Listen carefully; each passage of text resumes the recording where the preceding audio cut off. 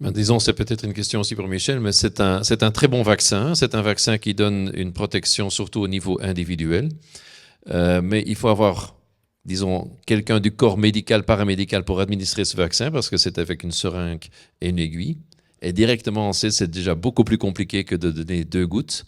Et donc, on a choisi pour un vaccin qui est facile oral, qui est très immunogène et qui donne une immunité pas seulement pour l'individu, mais aussi une immunité mucosale qui peut donc bloquer la transmission. Et ça, c'était le vaccin oral. Donc, c'est pas étonnant que le vaccin oral a été employé, disons, dans le monde entier, même en Belgique, au Luxembourg au départ. Et puis tôt ou tard, quand on a eu la possibilité de réduire justement les cas de polio dans les pays industrialisés, on a fait le switch vers un vaccin non vivant, vaccin inactivé. La production maintenant du vaccin inactivé doit être augmentée, comme quoi on peut l'employer quasiment aussi au niveau mondial. Et c'est le but, mais on n'y est pas encore. Et donc ça veut dire on prend un risque. Si on arrêterait aujourd'hui d'employer les vaccins oraux et on attendrait les vaccins inactivés, on verrait directement les cas de polio augmenter. Donc maintenant, on doit voir, et vraiment pas par pas, à quel moment est-ce qu'on peut faire ce switch. Et il y a beaucoup de pays qui ont maintenant des schémas doubles, des schémas combinés, où on commence avec un vaccin inactivé, on finit avec un vaccin oral.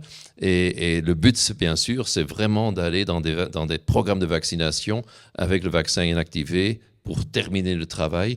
Et grâce à des vaccins combinés, où automatiquement cette partie inactivée est dans un vaccin avec des vaccins contre d'autres maladies infectieuses, comme on emploie maintenant dans beaucoup de pays industrialisés, on peut facilement alors augmenter la couverture vaccinale et faire le switch vers un vaccin inactivé. Et donc, on peut alors être moins dépendant de ce vaccin oral. Ok, très bien. Donc le vaccin injectable inactivé, Michel, il est plus utilisé dans le monde maintenant alors? Oui, alors ce que Pierre a dit tout à l'heure, c'est vrai, c'est qu'on a préféré.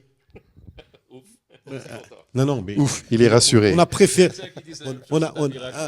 On a préféré pour des raisons économiques et pratiques utiliser le vaccin oral et aussi pour des raisons épidémiologiques parce que le vaccin oral stoppe la transmission d'un enfant à un autre. Le vaccin inactivé est beaucoup plus cher. Mais maintenant, on a, grâce à Gavi, l'Alliance pour les vaccins, le moyen de financer l'accès aux vaccins inactivés pour tous les pays à revenu bas ou intermédiaire.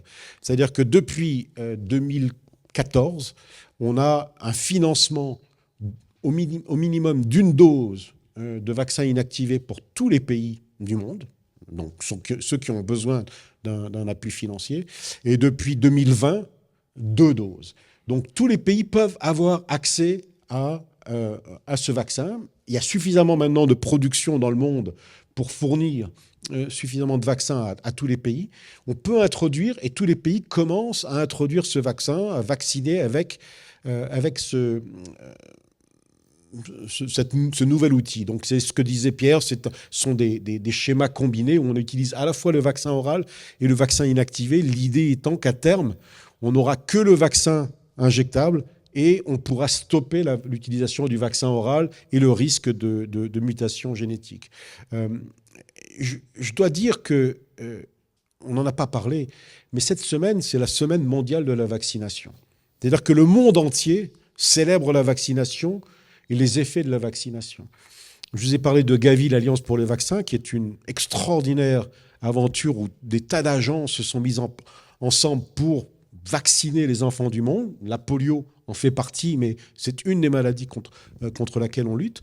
Et il faut réaliser qu'on est en 2024, 50 ans après ce que l'on appelle le lancement du programme élargi de vaccination. Le programme élargi de vaccination a été lancé en 1974 par l'Assemblée mondiale de la santé, donc tous les ministres de la santé du monde, pour, suite à la réussite de l'éradication de la variole, dire on va utiliser tout un tas de vaccins maintenant pour protéger tous les enfants du monde.